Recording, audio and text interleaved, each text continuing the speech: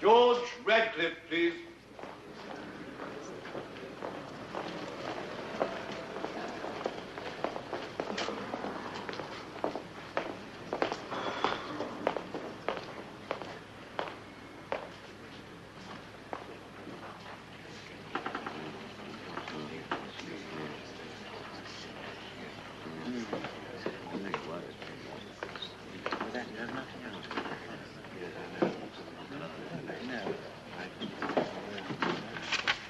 Silence. I swear by Almighty God that the evidence which I shall give shall be the truth, the whole truth, and nothing but the truth.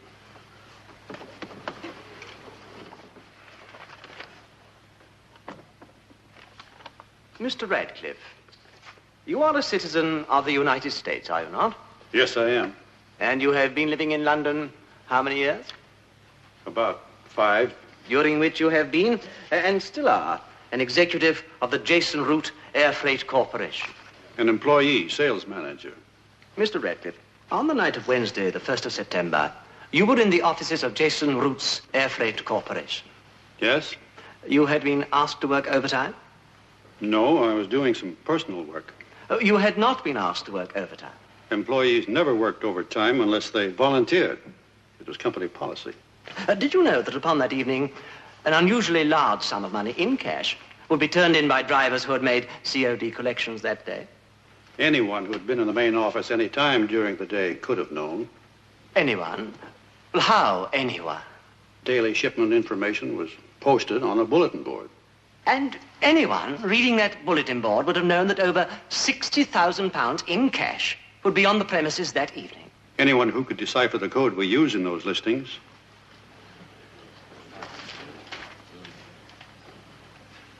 The man whose charge it is to post those listings, he would have to know the code, of course. Yes. Would you tell us the name of the man who, on Wednesday, the 1st of September, was in charge of posting?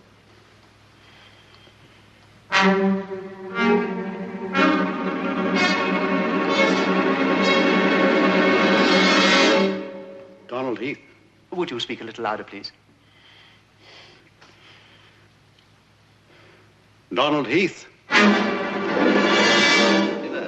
And so, on the evening of Wednesday, the 1st of September, there were 3 known persons on the premises. Yourself, the deceased, and Donald Heath, an otherwise disinterested employee, one prone to error and absenteeism, who, on that particular evening, had volunteered to work overtime. It had nothing to do with the money. I had to work overtime. I had to try and make it up. I was trying to catch up with... Silence.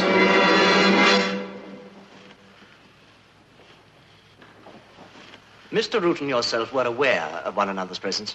Yes, he dropped in my office. Did Donald Heath also drop in? No. No. Mr. Radcliffe, you saw Donald Heath at his desk in the main office? Yes. Did you speak to him? No, his desk was at the far end. And when I passed through, he was bent over as if... You did not pause as you passed through? No, I went right to my office. I'd run out to grab a sandwich. I knew I wouldn't be getting home till pretty late.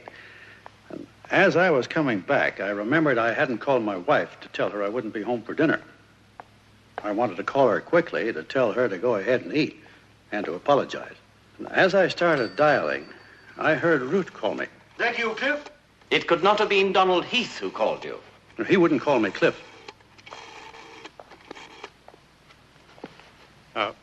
Martha? Guess who didn't come home for dinner tonight? Well, I thought I'd better work over my market reports from the States.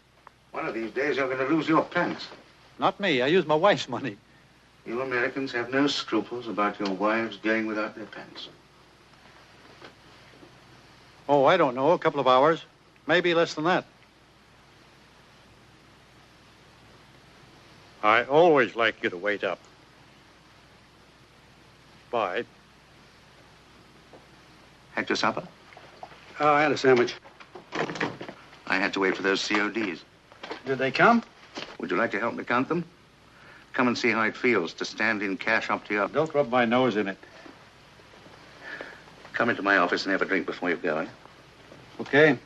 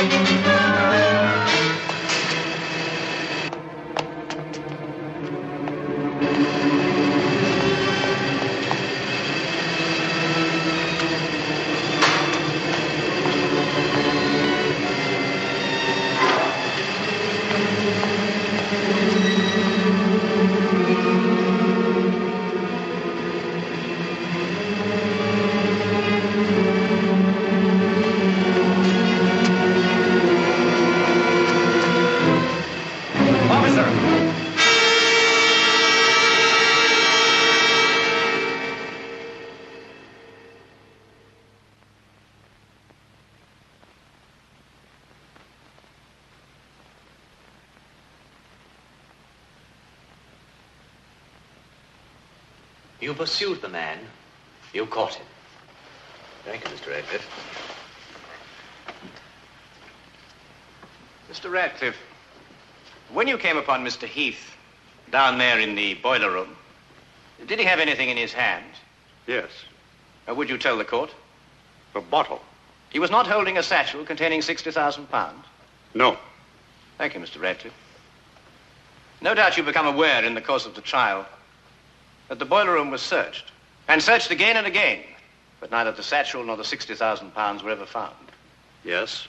Yet you are certain that the man you saw run from the office of the deceased, a satchel in his hand, and the man you came upon concealed in the boiler room, a bottle in his hand, you are absolutely certain that these were one and the same man? Yes. Please think carefully, Mr. Radcliffe. You could in no way be mistaken. There was no one else down there. The officer and I made sure of that. I don't know what happened to the money. Forgive me, Mr. Radcliffe. I'd no intention of ruffling you. But do you not think it possible that the man with the satchel entered the boiler room and then went out again through another exit, while the prisoner, Donald Heath, had been down there all the time, in fact, for the whole time of the robbery and the murder? Might not such an explanation be possible? No. Well, then, you may as well step down, Mr. Radcliffe.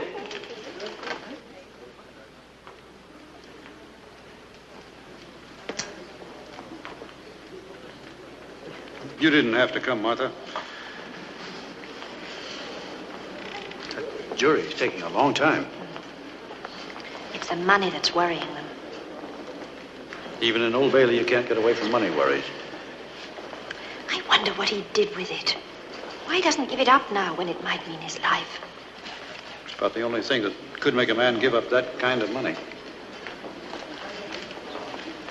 Your shoulder?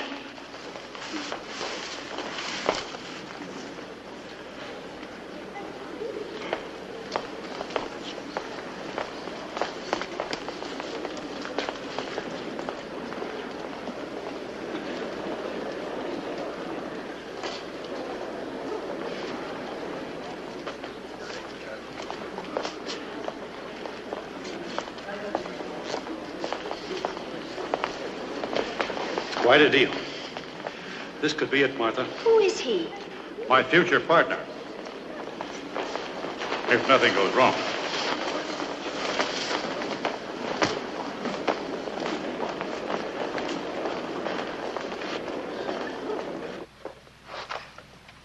Yes, sir, we have. We find the defendant guilty. No.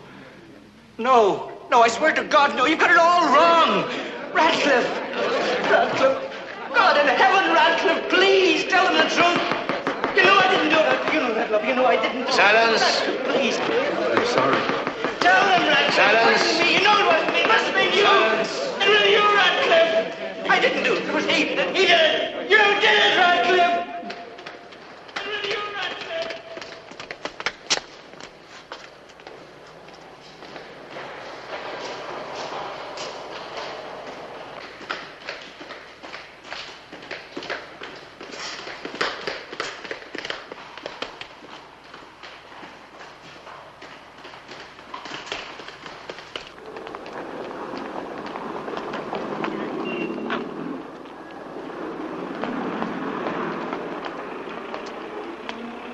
Cliff, let's go home. Martha, if you don't mind, I want to take a look at something. I want you to see it, too.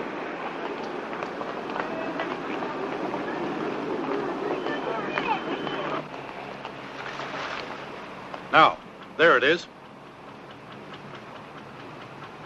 That whole string of buildings, beginning with that dark one and running all the way over to where that white ship lays. That's what I meant when I said quite a deal. It now belongs to International Freight Forwarding. But if we can pull off this deal... We? Morris Brooks, the fellow I talked with in court today, he's in a position to... He can take over International, but he needs someone to put up a certain amount of...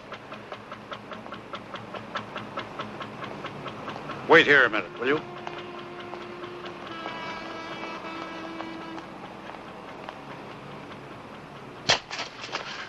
What do you want? Why do you ask? You were following me. You were in court. As I have been following you, haven't I? Why?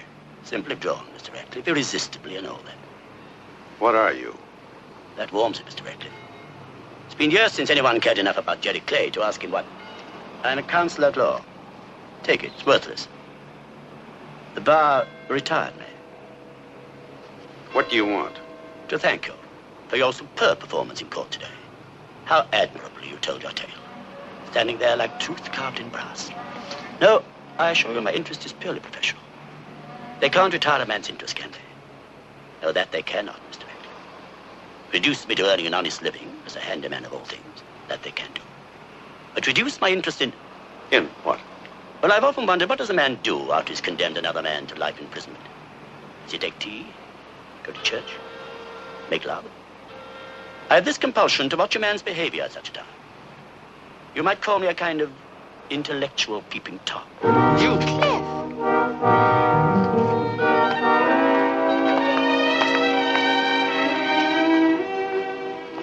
Some kind of a nut. Did you hear what he said? You looked about to kill him. What did he say? Nothing.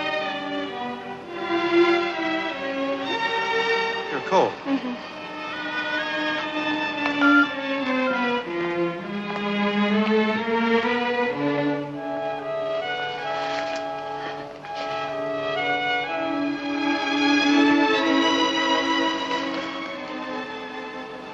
I'm warm now, with your arms around me. Are you tired of living the way we live? No. You don't mind always going without everything? Oh, I have some things. No, we're talking about two different kinds of having. I've never minded being without what you call everything. I have. Yes, I know. It's almost over. This being without. Thanks to International and Morris Brook.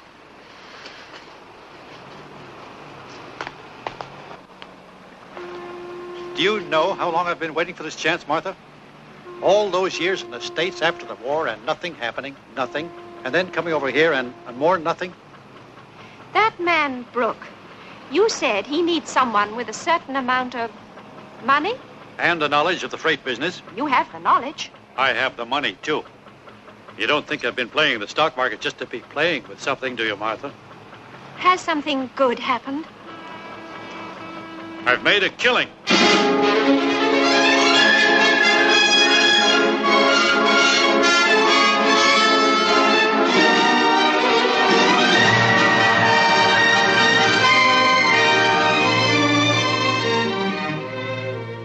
I put your plane ticket in your briefcase, Mr. Radcliffe. And as usual, our Mr. Collett will meet you at Orly. Oh, the conference is being held at 25 Rue d'Astorge. I put it in your notebook, along with some other reminders. What's this name?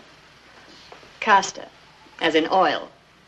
He's the bandit who's making this air freight brotherhood meeting necessary. I put skids beside his name, meaning put them under him before he undersells you and all your decent competitors out of business. Good evening, sir.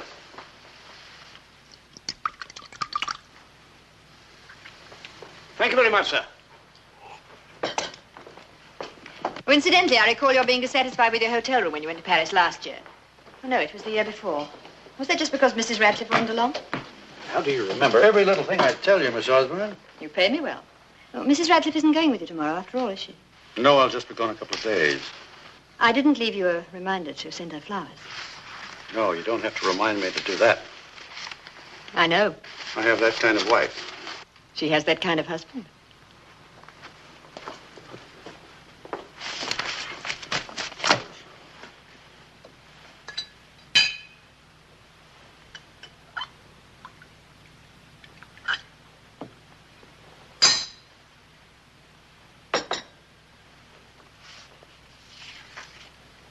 Happy night out, darling. Well, have I forgotten one of our anniversaries? Oh, Miss Osborne wouldn't let you. I gave her a complete list 5 years ago, the very day you hired her, to be exact. And I add to it from time to time. You look mighty special tonight. Mm-hmm. Something on? No, pure lark. Care to indulge me? Is that a crow's foot right near your left eye? Well, take me somewhere elegant and dim and tell me it isn't. I was kidding about the crow's foot, but you do look a little... are you upset underneath all that finery? Oh, no. No, I'll wait until you finish up, and then we'll go and have dinner and... And then right home. Relax and read about world tension. I've got to go through some of this before we leave.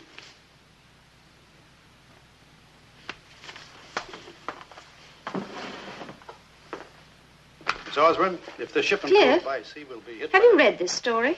I haven't seen the news yet. Well, they've been talking about it on television all day. They've even shown films of the place where it was found, abandoned. What was found? A mail bag full of letters. Oh. It was one of the bags stolen in that mail train robbery about 5 years ago, remember? The bag was untouched. They assumed the thieves hid it and never got back to it. Cliff, do you know what they did, the postal authorities? The letters were all perfect, unopened. So they simply marked them delivery delayed and sent them on, just as if there'd never been a robbery. Very British. Miss Osborne, send a wire to the Merchant Bank, Seattle, Cliff? and tell them the... One of those letters was for you. Did you bring it? No. Why not? Are you going to be angry? Because you've opened it? Oh, Cliff, I resisted it for hours. But there it was, and the newscasters were drumming about it, and it was addressed to our old place. What was it, a bill? No, it was very personal. Better check that portion before you claim it's been paid. I may be mistaken. It was about the murder, Jason Root's murder.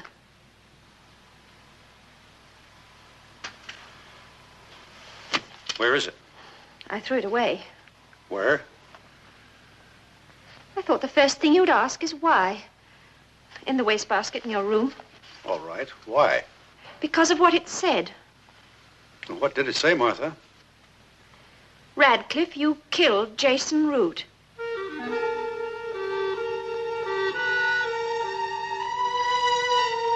I have no feelings for Heath. Let him rot. But I do feel for that £60,000 that you helped yourself to. And my feelings should be worth $30,000. Get it to me within 10 days or I'll go to the police. And it was signed Jeremy Clay, Box 211, London. You know what I think? You believe it. Oh, Cliff, don't even joke. It's nothing but blackmail. Who's the clown that found the mailbag? He threatened to go to the police if he didn't hear from you in 10 days. But you never got the letter, so he couldn't have heard from you. And he obviously didn't go to the police. He didn't write again or call, did he, Cliff? This is really bothering you, isn't it? No. Well, yes. Yes, it is a little bit. I'm not in the habit of getting letters that accuse my husband of being a thief and a murderer. You didn't receive this one, Martha. Anyway, Cliff, I figured out the dates, and the dates prove that it isn't true. The trial was 6 years ago, the robbery 5. That means the letter was written a whole year after the trial. Now, if this blackmailer knew about you, why did he wait so long? You mean if he knew I was a thief and a murderer? Oh, Cliff, please. He waited because at the time of the trial, you didn't have anything to be blackmailed for, and there was no reason to think you had stolen the money. And killed Root. Oh. Then a year later, he must have read about you and Morris buying out International and figured... And figured I'd mourned Root for a decent interval and then used his cash to buy this big plush world we live in. It was just about a year after the trial, wasn't it, Martha? And they never did find the money. And that kind of puts me smack in the middle of one hell of a coincidence, doesn't it? Yes, Cliff, but that's all it is, isn't it? A coincidence. A hell of a coincidence.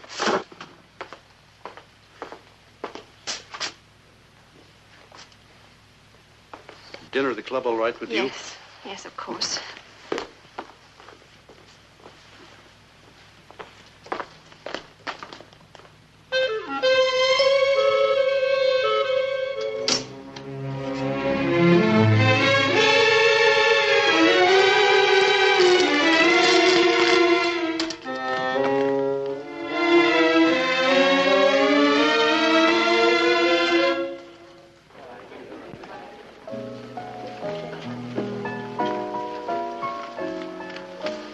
Will we have to wait?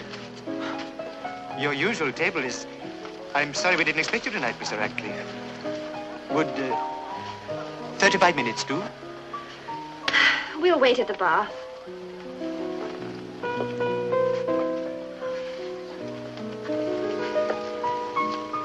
Oh, you care to? Thank you. Thank you. The usual? Yes.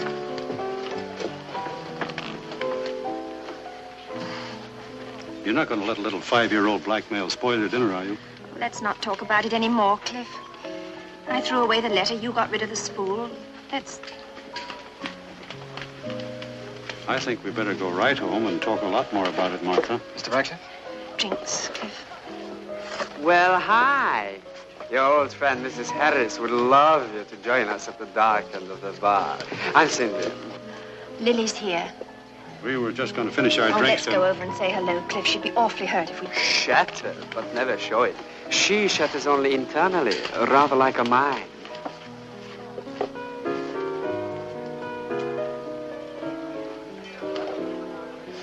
Darling, darling. Nobody told me you two would be free tonight. Well, how are things in paradise? Oh, did you meet my Mr. St. John? Manfreda, these are my Ratcliffes, George and Martha. Buy them drinks. No, we have... Oh, man is my latest young man.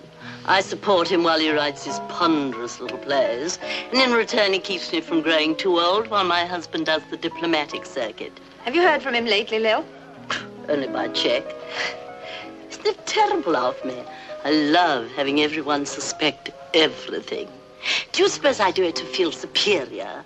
I mean, knowing I'm innocent and watching all those inferior people suspect the worst. Suspicious people are inferior, aren't they? No, not all. Not to begin with, anyway.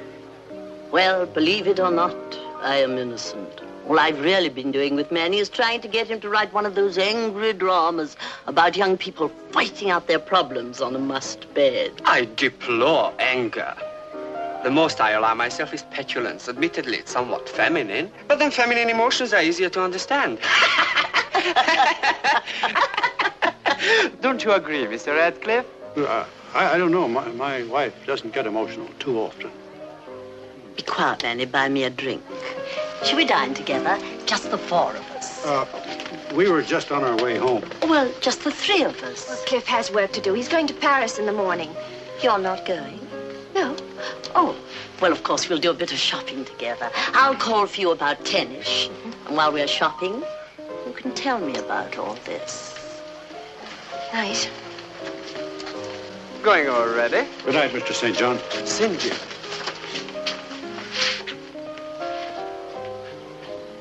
Trouble in paradise. Why didn't you call me at the office as soon as you read it? Read what, Cliff? Oh, you know, that letter that accuses me of being... really, Cliff? I'd forgotten all about it. Martha, you had that whole letter memorized. You must have read it over and over. Why didn't you call me about it? I didn't think I should read a thing like that over the phone. Martha, look at me. Look. Do you really think... Oh, of course not. You're my husband, and I love you. You couldn't be a murderer. Because you love me. Well, I couldn't love you if you were guilty of such a thing. No, Martha. You couldn't think I was guilty if you loved me. I love you.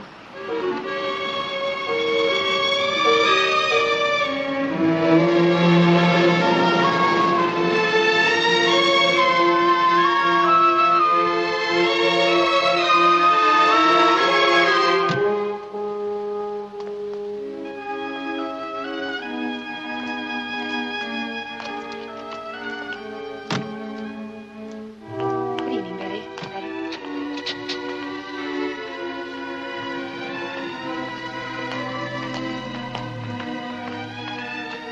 Martha.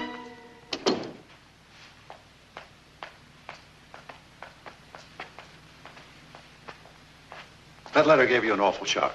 If it hadn't, you'd have called me and we'd have laughed about it. Yes, I know, Cliff, I know. That's the way I wanted to feel. I'm sorry. All right. It wasn't a funny letter, and if anybody got a hold of it... Oh, no one will. Please, Cliff, let's never mention it again. Let's simply forget. No, we won't forget it. Until you're convinced that it's nothing but what it is, a rotten... I am convinced, Cliff. You've convinced me. Look, Martha, this whole business has been dead for years. Even the fellow that wrote that letter, he never even followed it through. It's all dead, and you've got to kill it, too. Do you think I ought to go to the police about it? Blackmailers have a terrible edge. No matter what they say, everybody believes it just a little bit. What do you think that kind of suspicion would do to me? My business, my life, everything. I'm not going to let it happen, Martha. Nobody's going to let that happen. Understand that?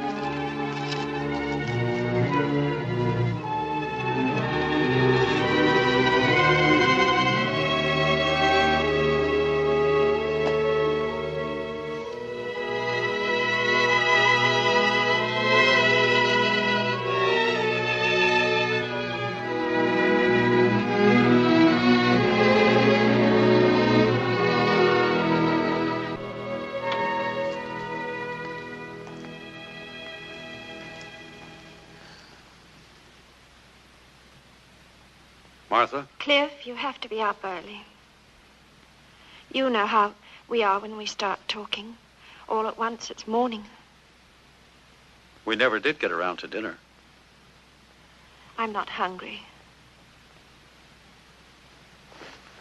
Why don't I bring up some sandwiches and we'll sit and talk and... No, Cliff, please, I can't.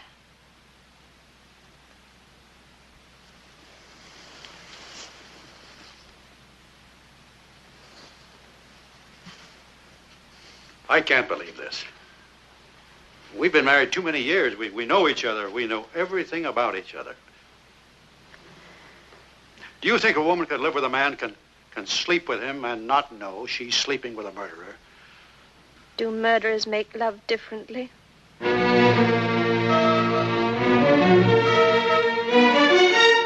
Cliff.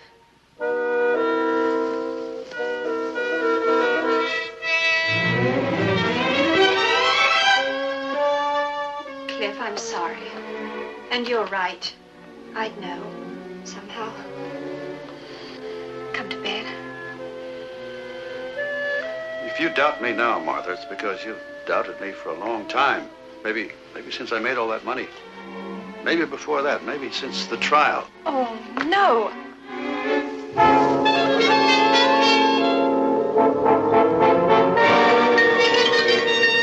George Radcliffe, please.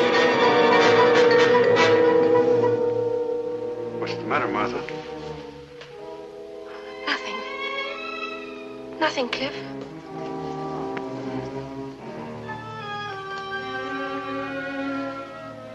I have that work to finish up.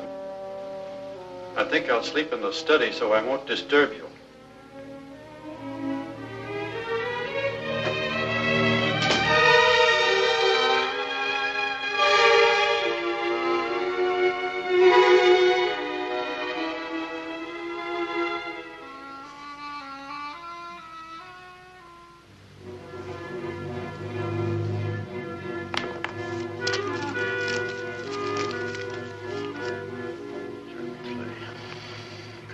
Clay.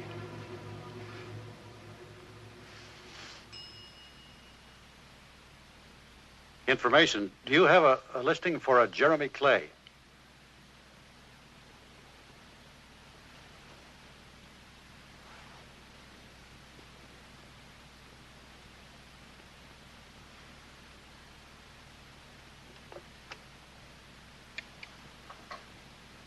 Thank you. Thank you for the information. Good night.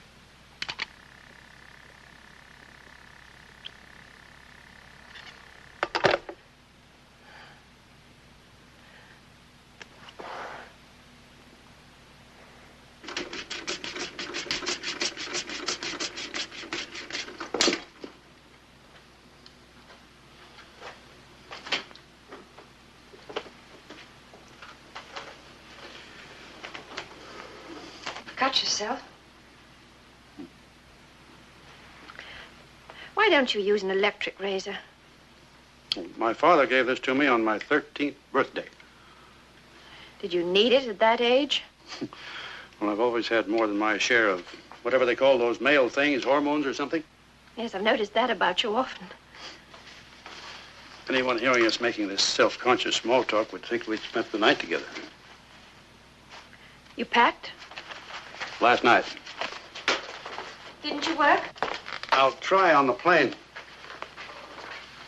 I didn't go to sleep right away. I almost called you, but I thought you were working. I heard you on the phone. You want to know who I called, don't you? I wanted to last night. I'm not very proud of it. You're acting like a wife who's just begun to suspect a mistress. Only your suspicions are worse. My suspicions? Aren't you? Suspicious? I don't know. If I'm acting like I am, it must mean I am. At least a little. You can't be a little suspicious, Martha. It's like virginity. No degrees. You either are or aren't. Cliff, I'll cancel my shopping with Lily and go with you to Paris. I want to be with you. No, I think you need a few days alone to think. Oh, but I don't want to. Well, do. And before I get back, have it all straight in your mind, get your mind all cleaned out. Oh, yes, I will, Cliff, I will. I don't know if you will, but you better try. Martha, I don't want to have to prove anything to you. I resent it. I want you to believe me. I don't need proof. Sometimes we all need proof, even if we shouldn't.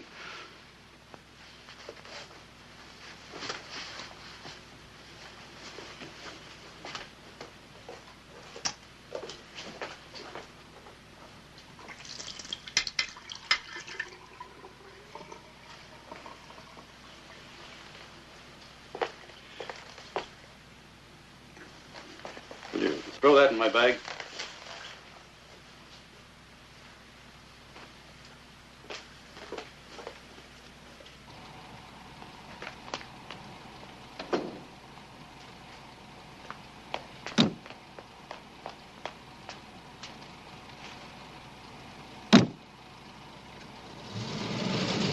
Well, of course, you haven't told me the whole thing, Martha, and I don't blame you because heaven knows I talk. But I do think the last place in the world to allow a man to go off to, even when relations aren't strained, is Paris. Of course, being a woman, all I know about that side of Paris is what men tell me. But if I had a husband like George, if I even knew a man like George, I'd be on the next plane. George is in that taxi, Martha. Lily, please don't play pranks. Pranks? George is in Paris. I saw him in that taxi. No, Martha, George is not in Paris.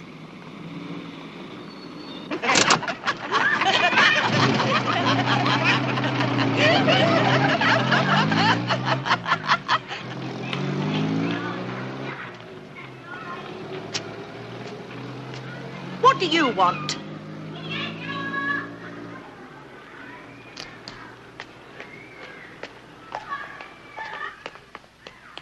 Who gave you the right to come barging in here?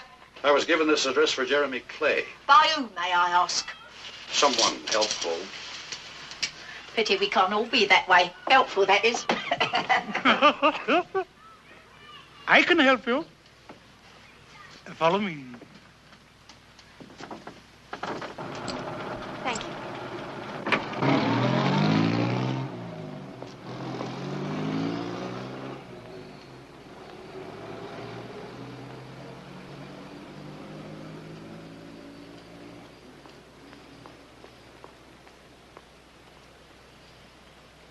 Jim? I'm sorry I can't ask you to sit down. Do you know where I can find Jeremy Clay? Well, I said I did, didn't I? Oh, sit on my half of the bed. You see now why my wife left me? She said she didn't mind going without board, but at her age she really wasn't going without bed. The lusty creature. Look, I'm late. Bibliomania, it's called. That's what I have. Where can I find Jeremy Clay? Now, we'll come to that later. I started my collection with Bibles and then worked from holy selectivity all the way down to what is known as books of an unexpurgated nature. The kind that nice folk think you can only buy in Paris. Which brings me to Mr. Clay. He had a strong fancy for such literature, and when he lived here, he used to pop in and leaf through them. Where is he now? Finally married. And not wisely, but fairly well. A woman who owns a bookshop the next street across the road.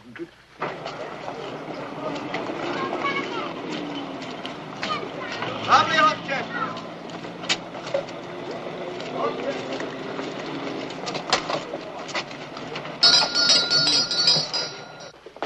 My wife said you wanted to see me, madam. Oh, no, it was nothing important, Jim. I just wanted to know if Mr. Radcliffe got off all right. He seemed to, ma'am. Was his plane on time? Yes, I think so. Did you see him board the plane? No, I let him off at the check-in.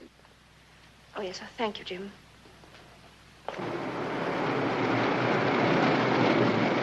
Taxi! London Airport, quick!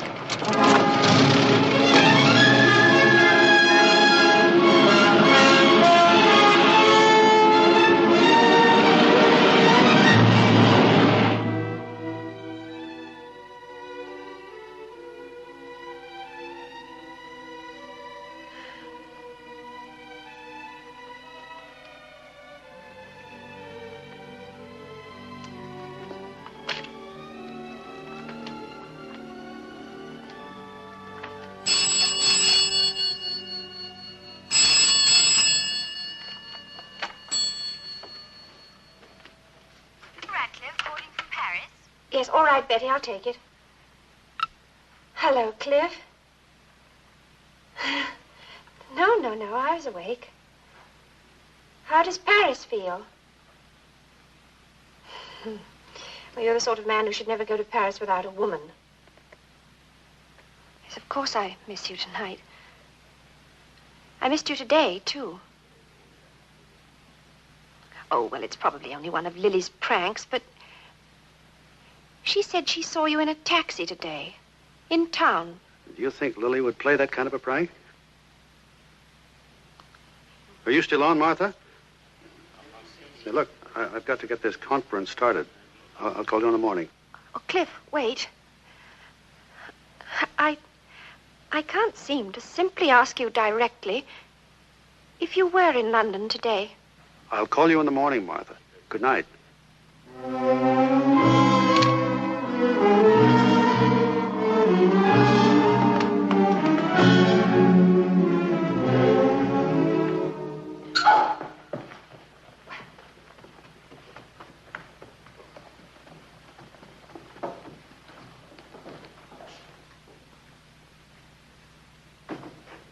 Yes, Betty. That gentleman is here, madam. Mr. Radcliffe's associate. Mr. Brooke? Yes, madam.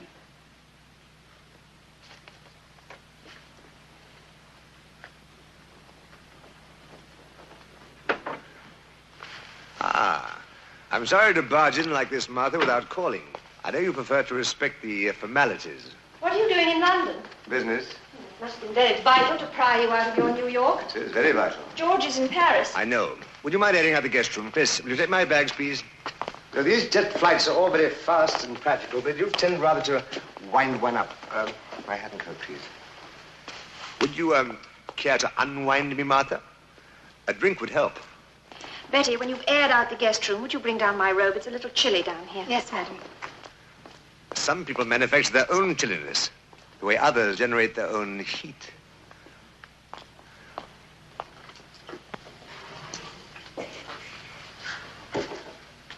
Martha, you're the perfect hostess. Even though you may not care for a guest particularly, you remember what he drinks. How did you know George was in Paris? He told me. Last night, when he called. Did he call me last night? How did you first meet George? How? I'm not quite sure. I remember. Quite naturally, I suppose. I'm a born promoter and George an intrepid gambler. It was quite natural we'd meet sometime, someplace. When? What do you mean, the precise day? Yes. The day I had something grand to promote, and George had something grand to gamble with. You'd make a very poor witness, Morris. You never answer directly. Oh? Am I supposed to be in the witness box? I think I'd better be going to bed. What a lovely way to end mere conversation. A perfect hostess would show me to her room. I'd rather not be perfect. Just go and help it. Now, please, Morris. You know, I think you rather enjoy it. Enjoy what? Treating me with this passionate animosity. You can make even animosity sound provocative. Now, come on. You needn't actually fawn over me, but you might show a tiny glimmer of gratitude. After all, I'm the gentleman who took George by the hand and led him into the plush life. I cannot imagine anyone leading George by the hand. Not now, perhaps, but once upon a time he was the most desperate fellow. You mean before the murder? Who's murdered here? Jason Root? There are many ways a woman can show gratitude. Oh, Morris, please stop it. I'm after a bit of sweetening. My drink, I mean. You know, if I told Cliff... We'd be very cross. He'd smack my hand. He'd kill you. George? Come to think of it, did he once tell me he wouldn't hesitate to kill me if I double-crossed him over our little deal at International? But I'm sure he wouldn't do it over anything as casual as passion. Excuse me, madam. Here's your armor.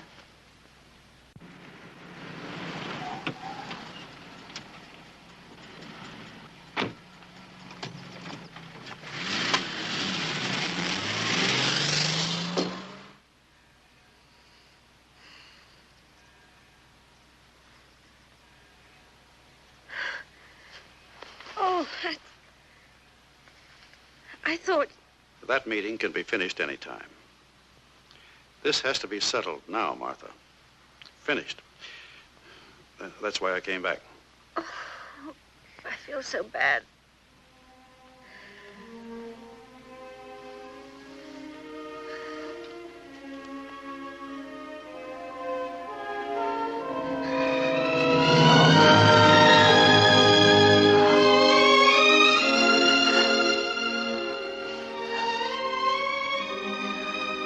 I don't feel so bad now.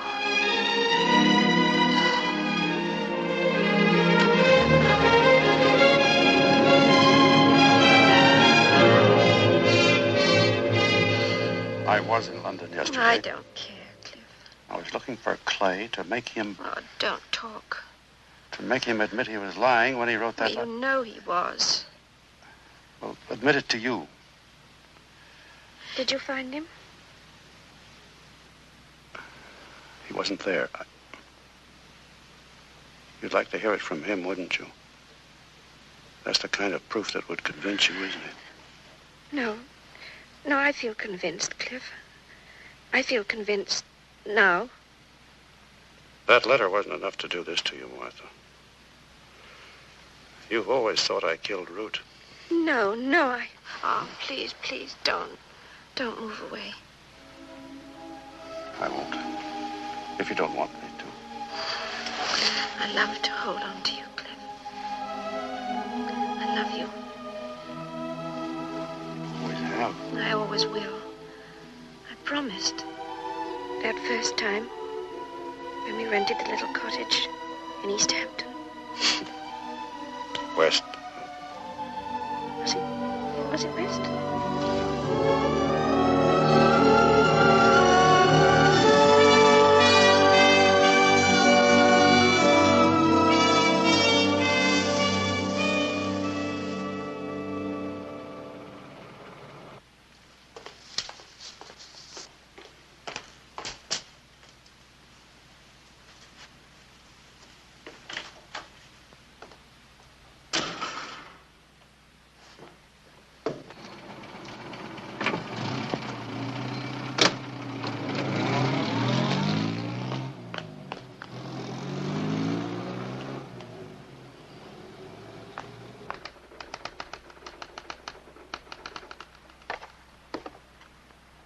May I help you?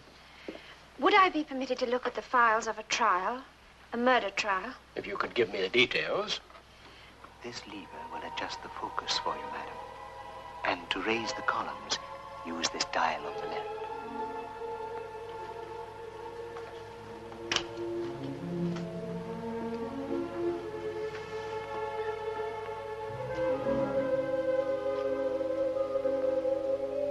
You did not see Mr. Radcliffe return to the office? No, that part must be like he said. He must have gone past while you were doing what, Mr. Heath? Searching in my desk for a medicine bottle. You kept medicine in your desk drawer. Have you a recurrent illness, Mr. Heath? Yes. I'm an alcoholic. And in your medicine bottle you kept? Whiskey. I'm not trying to deny... Indeed you're not. You seem, in fact, to be attempting to build your entire defense upon your alcoholism. You found the bottle? Yes. And? Well, I knew that Mr. Root was in his office. Indeed. But I had to... I couldn't go on and work my overtime without at least... I didn't want to be seen by Mr. Root, so I did like always. Which is? I slipped out and went down to the boiler room before Mr. Root was killed. Of course, no one saw you slip out before Mr. Root was... Well, I don't know. Maybe somebody did. Maybe Mr. Radcliffe did. He saw me at my desk. Maybe he saw me slip out, too, before the murder. Mr. Heath, throughout my questioning, and throughout the questioning of your own counsel, you have deliberately and blatantly attempted to cast suspicion on Mr. George Radcliffe. Well, he was up in the offices. I wasn't. I was down in the boiler room. We all know he was in the offices, Mr. Heath. We also know that Mr. Radcliffe, in the company of a police officer, pursued you to the boiler room. Well, then he was chasing somebody else. It wasn't me. Somebody he knew, maybe. Maybe an accomplice. But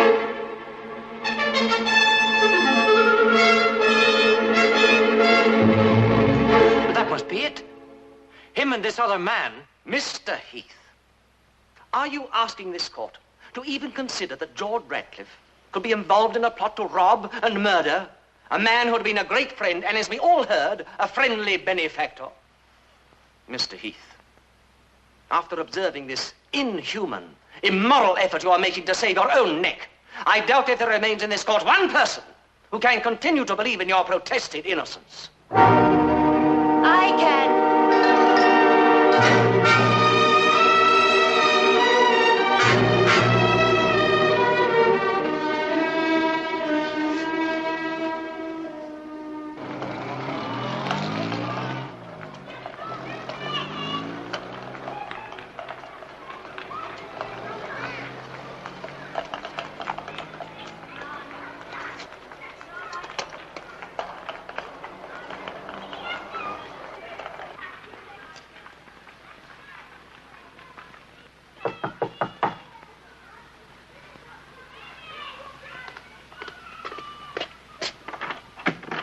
Yes? Mrs. Heath. Oh, may I come in? I thought I'd never forget your face. Any of those faces. Funny how I almost did. Well, what do you want? Please, may I?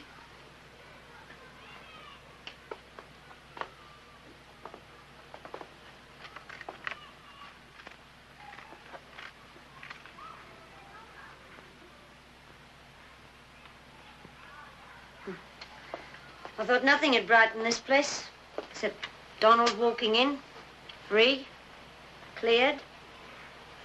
But I was wrong. You brighten it. With your clothes, your hair, your complexion, and your jewelry. Mrs. Heath. How did you find me? The welfare people. Oh. I didn't live here at the time of the trial, you know. We had a nice little place in Streatham. Donald's never seen me here.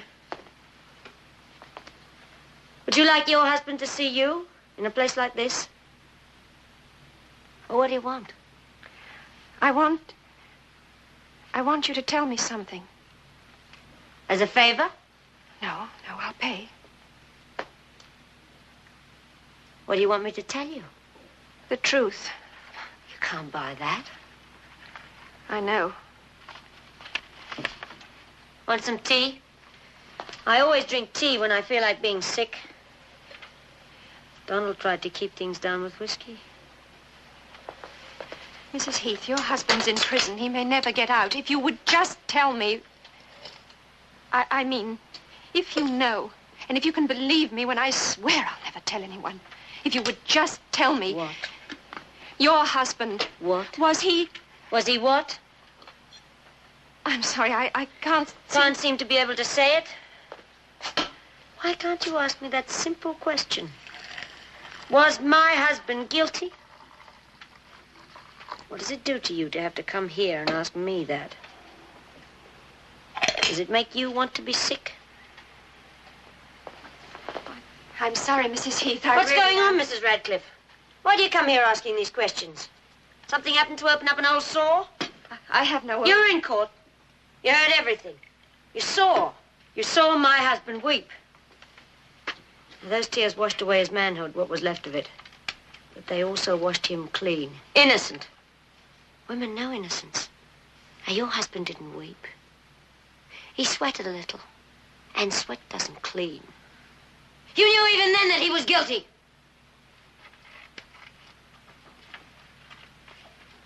Women know guilt, too, you know. Well, if you've lived with it all these years, why can't you go on anymore? It never even crossed my mind.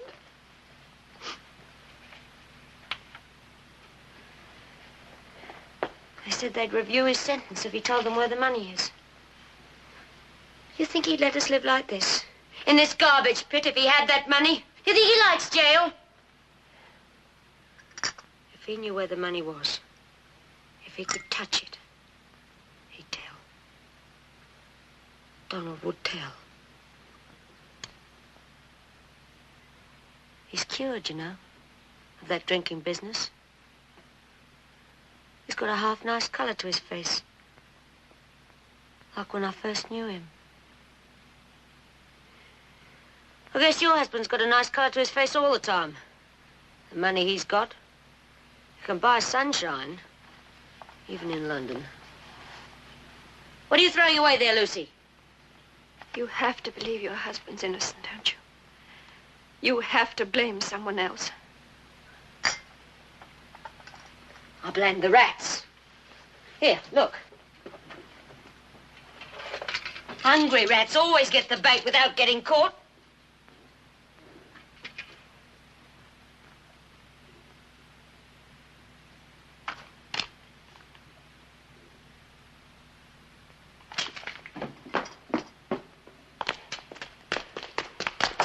Buy the truth. I meant you could have it free. Now you've got your truth. What are you going to do with it? Drink it down every day and sleep it away at night? You think drink will kill it? Or love? Try it. Lie in his arms. Let him love you. Let him touch you with his hands. Murderer's hands. Let him kill the truth for you. Just the way he killed Jason Root.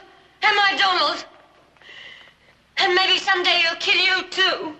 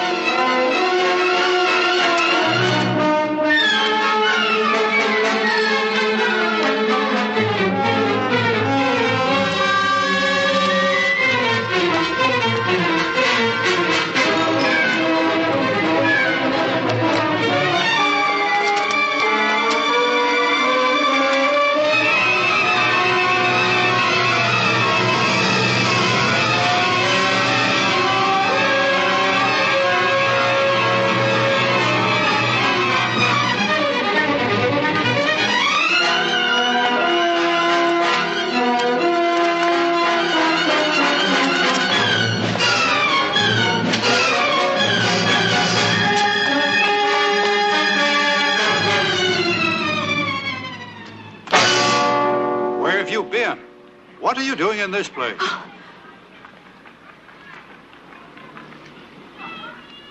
Martha, what are you doing? Oh, Cliff, she looked so terrible. So you wrote out a check. How do you think this would look if it got into the wrong hand? Oh, Cliff, Listen, don't you realize my testimony sent Heath to prison? Now I give his wife money. What kind of money?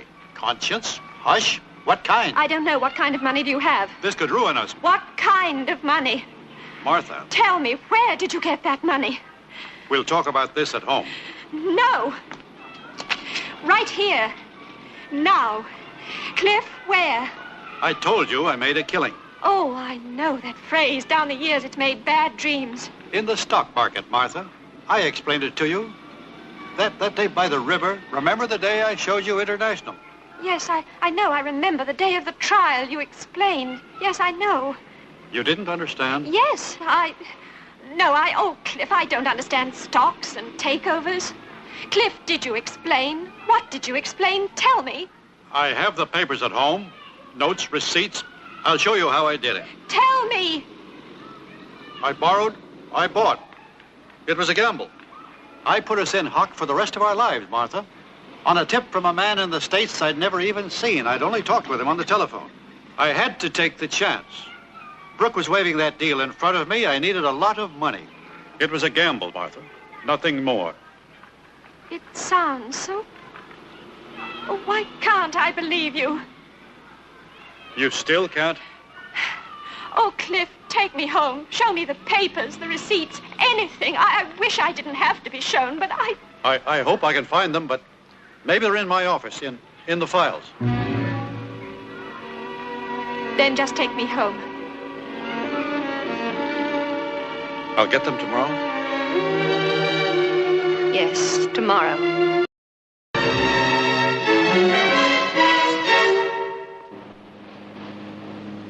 Suppose I can't find those papers.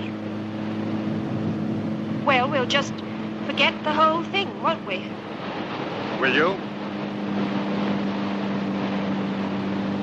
No. What will you do? I don't know. I know. You'll go on searching, talking to people like Mrs. Heath, maybe even the police. You'll kick up enough suspicion to get the case reviewed. Nobody will ever be able to prove I killed Jason, but while they're trying, I'll be destroyed. We'll be destroyed. I just can't let you do that.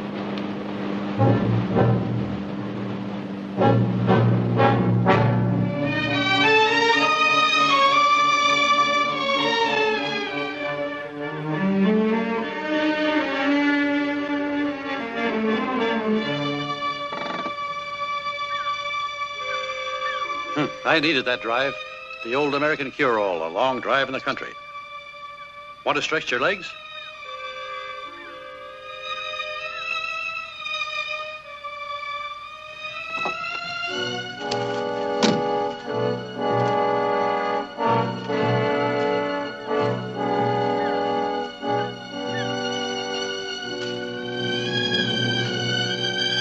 Come on, feels good.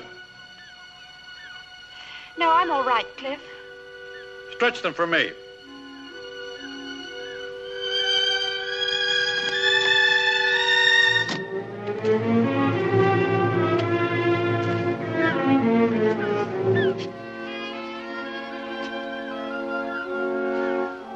Come on, Martha.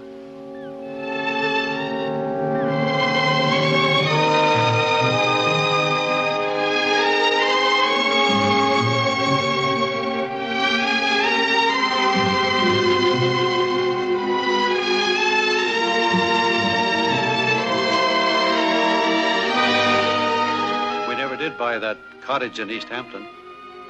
West. Remember how we wanted to own it? A place to run to if we ever had to run.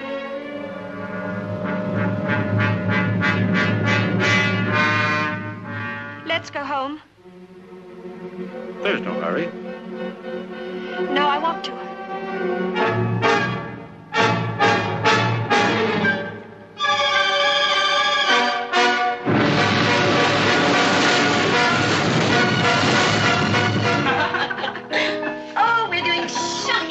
Your liquor supply. Come and help us. Hope you saved a stiff one for me. Where's Martha? Lily. No, George, you may not come with me.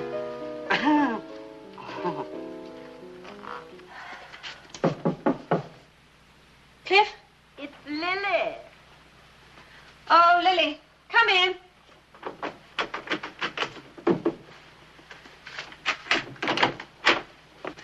Locked bedrooms always make me feel guilty. You all right, darling? Yes, I'm just tired. But you're not going to bed at this hour, are you? No, I'm going to soak. I suppose I didn't see George in a taxi after all. Did I?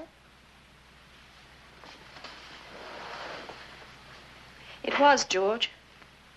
You go soak. I'll just sit somewhere and we'll talk. Oh, I don't feel like talking, Lil. That's like an analyst I went to in 35. You didn't know me then. He always said, when you don't feel like talking, well, I don't remember his exact words, but he implied that a fear of talking had something to do with the fear of giving. Sexually, that is. Do you suspect George of giving? No, taking. Oh, Martha, what is wrong? Oh, I don't know. Me, I suppose. Oh, if you're all ready to blame yourself, then I know exactly what's wrong. But it isn't necessarily true, you know. It is always the wife's fault if the husband strays. I mean, even some unmarried men stray. You sure? No. You only suspect. Yes. Suspicion. The black plague of our middle years. Ugh.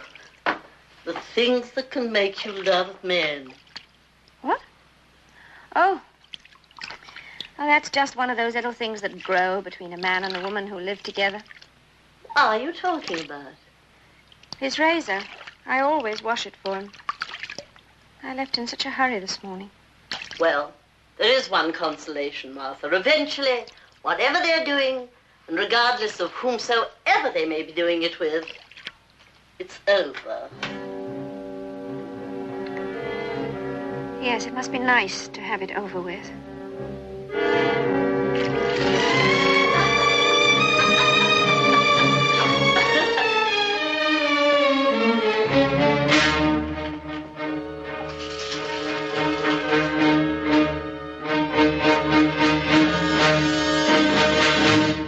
Lil, do you mind? You'd like me to go? You're wonderful, Lil. Well, I'll call you in the morning, darling. All right. Perhaps even before morning.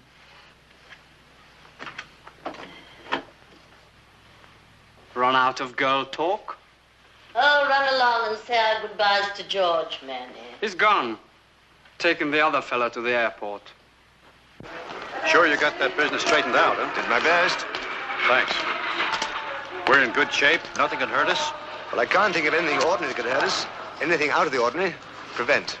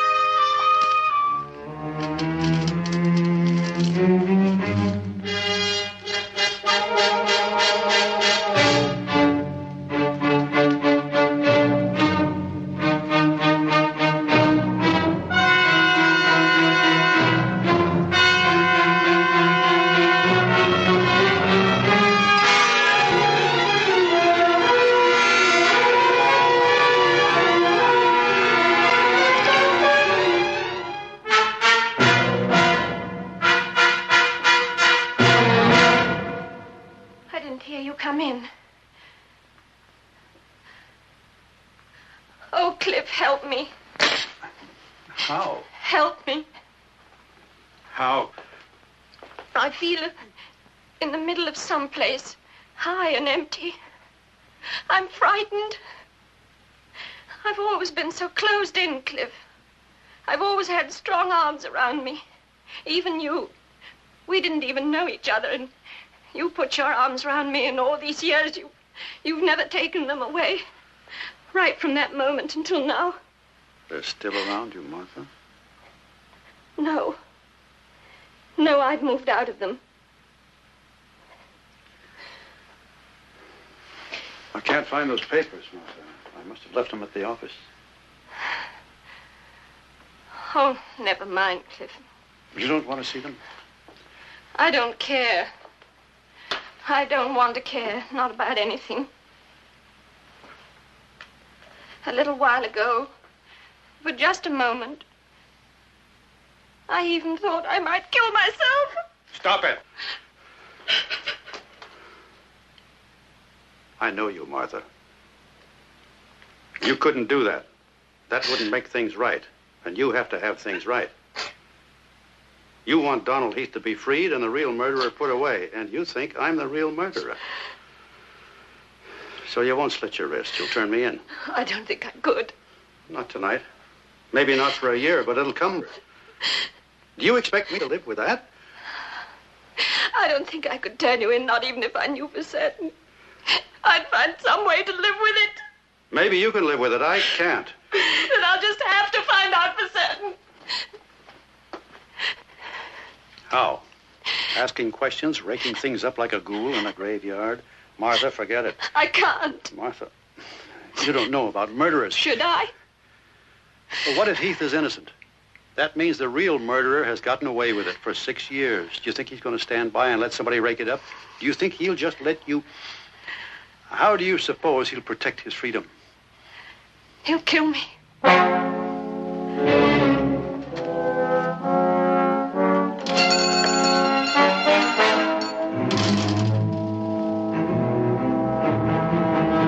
Yes? Oh, Can I help you, madam?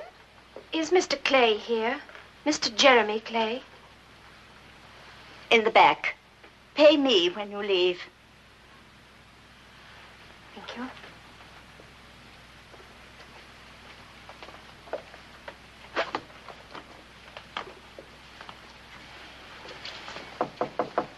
Come in.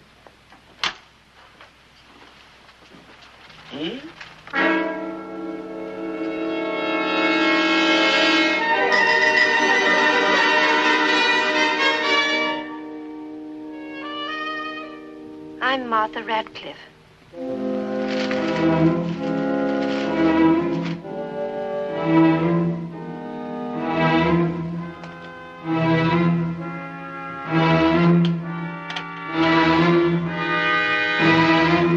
We received your letter. And after all these years, you've decided to do something about it. We only just received it. It was in that stolen mailbag. And I thought he didn't answer me because it was plain brassy, calling my bluff and all that. He never even received it. That takes the bun. It was a lie, wasn't it? Your letter. Blackmail. Does he intend doing anything about it? Somebody has to do something about it. Blackmail is a vicious crime. Punishable by law. But you know about Mrs. Radcliffe. I don't think her husband is going to tell on her. Do you plan to?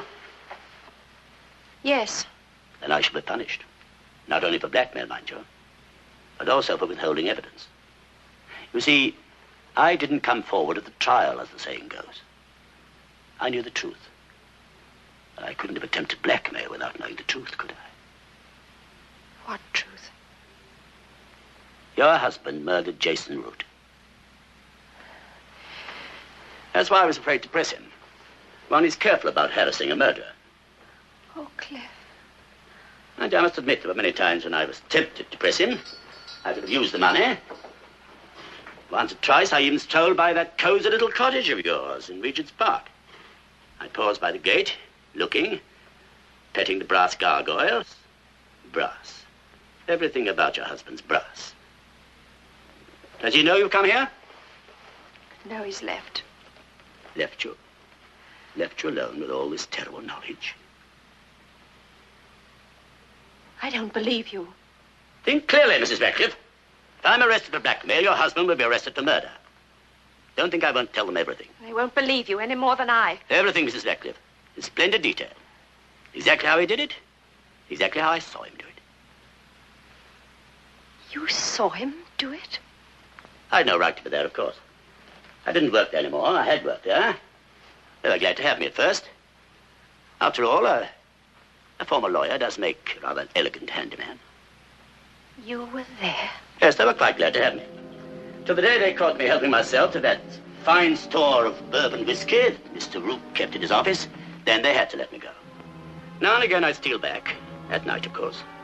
Not that I ever drank the stuff. I merely sold it and spent the money on more exotic vices. And you let them convict an innocent man? Would you rather I let them convict your husband? Don't think I didn't feel a twinge now and again for poor Heath. He told the truth there in court.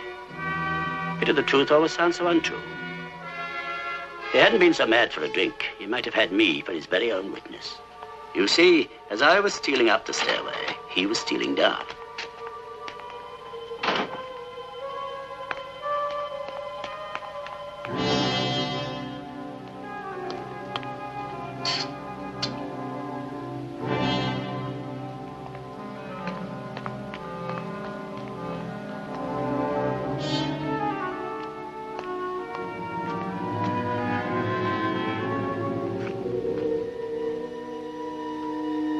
Come into my office and have a drink when you're finished.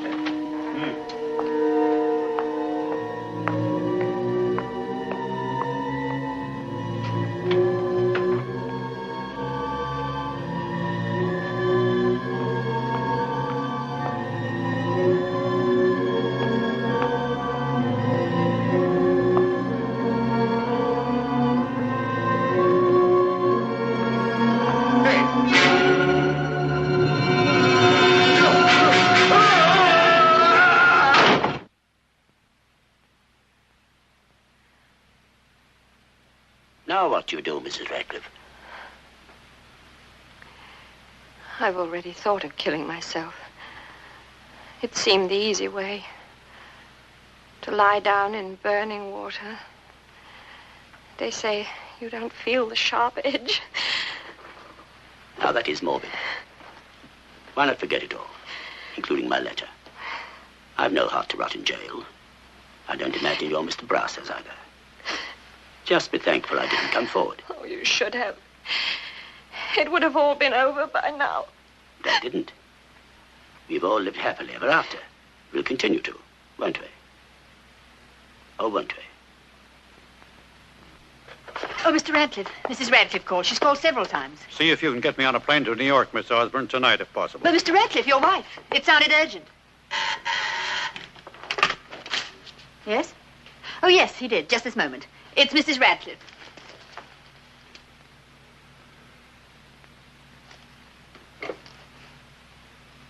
Martha? And I believe him. You called me back to say that. I couldn't not say it, Cliff. And now Clay has you convinced I'm a murderer. Now you think you can live with it. I want to. I married all of you, Cliff. And I'll never mention it again. I'll never even think of it. No? I'll put it away wherever people put things like this. Wherever these things are hidden. Of course you'll never tell anybody. No, never. Cliff, I swear.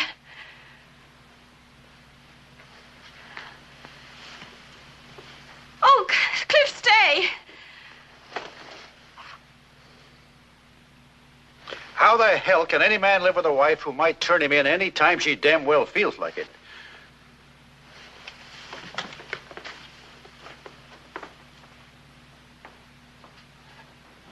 Cliff, I had to believe Clay. He wasn't lying. He wouldn't have admitted being there just to build up a lie.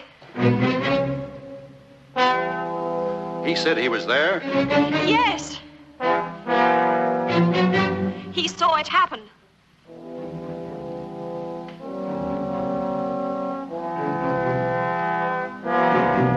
That's unfortunate for him.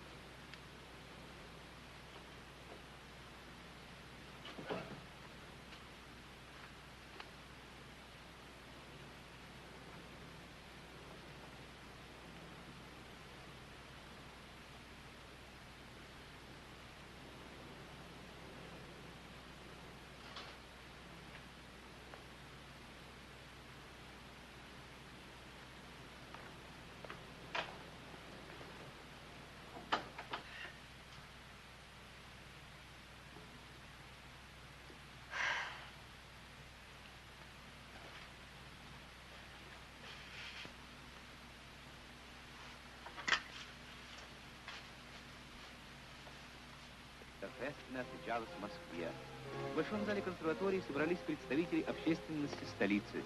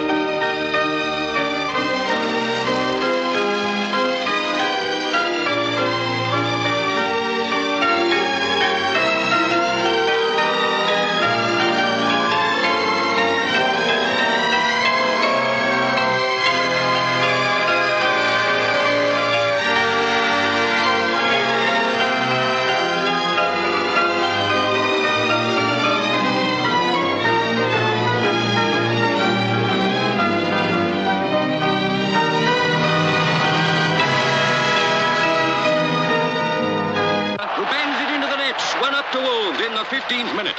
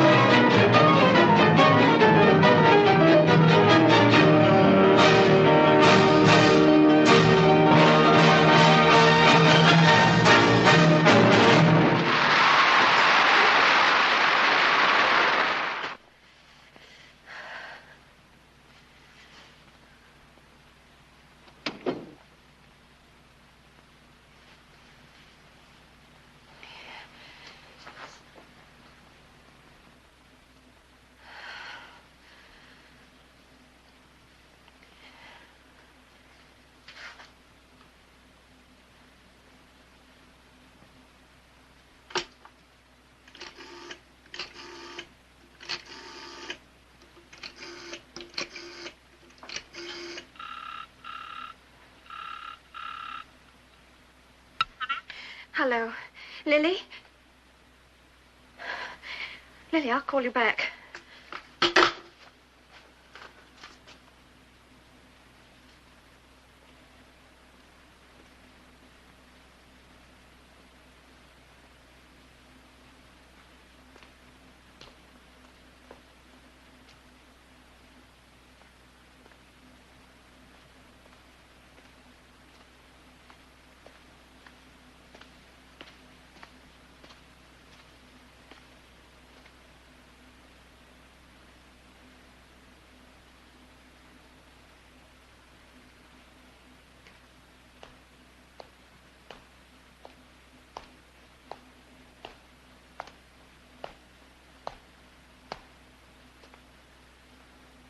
I came back. Yes, I knew you would. I can't leave things like this, Martha. There's just too much to lose. Yes. You look very tired. Why don't you go to bed? Have some hot milk or a pill. Really put you under. I don't need anything, Cliff. I'm too tired to resist. All right. Good night, Cliff.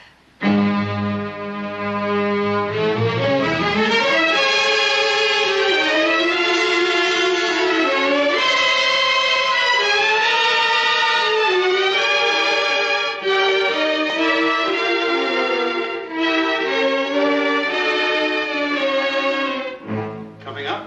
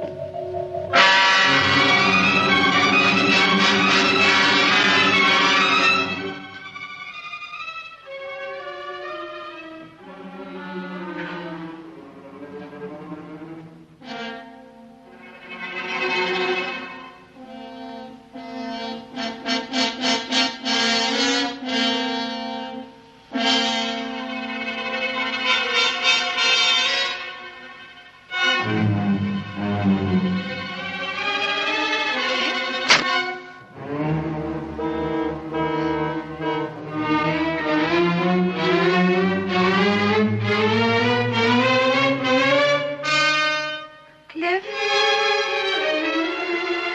Oh, Cliff, I'm so sorry. It breaks my heart.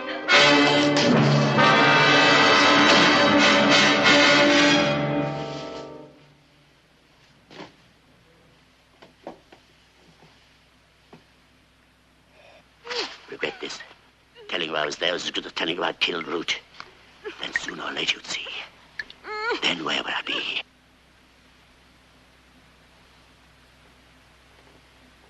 Relax.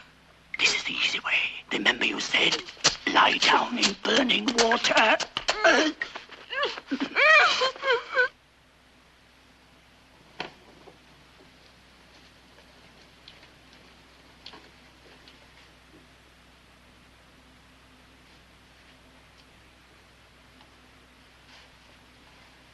Oh, Lord, I wonder if women get naked when they kill themselves this way.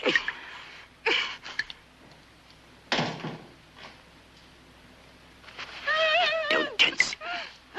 There. I told you too much today. I always tell too much.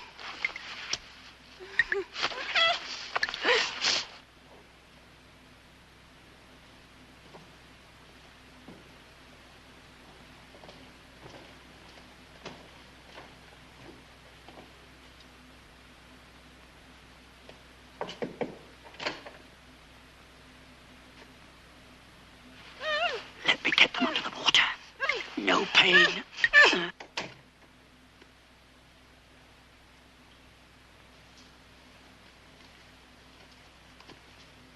Afterwards, the clothes. Afterwards.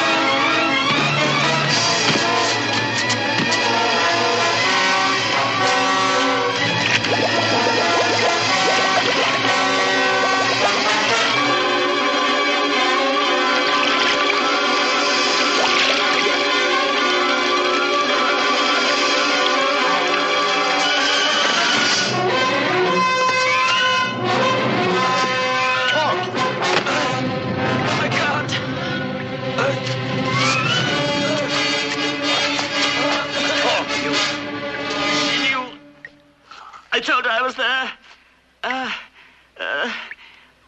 I'd gotten away with murder for years and years, but I was free. I never got a penny out of it. Never got a penny out of it, but I was free. I tried to hide the money. When you chased me, I threw it behind the boiler. I threw it, but I missed. God, I always miss. The money burnt into ashes in the boiler. The boiler missed. By the boiler. I was so sure it was Heath. I condemned the wrong man. So did I.